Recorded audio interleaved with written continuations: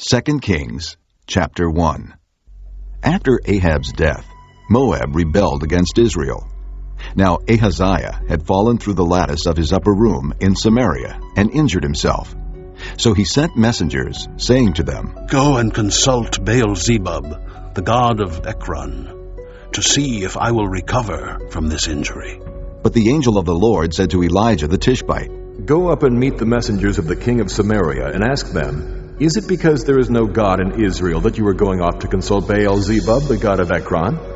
Therefore this is what the Lord says, you will not leave the bed you are lying on, you will certainly die." So Elijah went. When the messengers returned to the king, he asked them, "Why have you come back?" "A man came to meet us," they replied. "and he said to us, 'Go back to the king who sent you and tell him, this is what the Lord says. Is it because there is no God in Israel that you are sending men to consult Baal-zebub, the god of Ekron? Therefore you will not leave the bed you are lying on.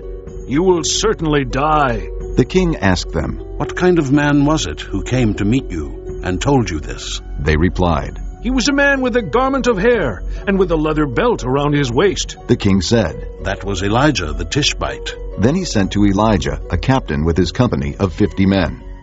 The captain went up to Elijah, who was sitting on the top of a hill, and said to him, "Man of God, the king says, 'Come down.'" Elijah answered the captain, "If I am a man of God, may fire come down from heaven and consume you and your 50 men."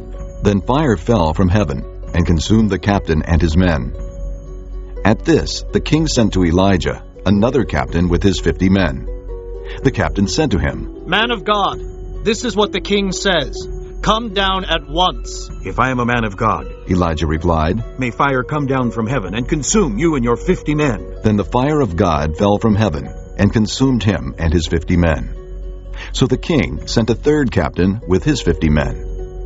This third captain went up and fell on his knees before Elijah. "Man of God," he begged, "please have respect for my life and the lives of these 50 men, your servants. See, fire has fallen from heaven and consumed the first 2 captains and all their men.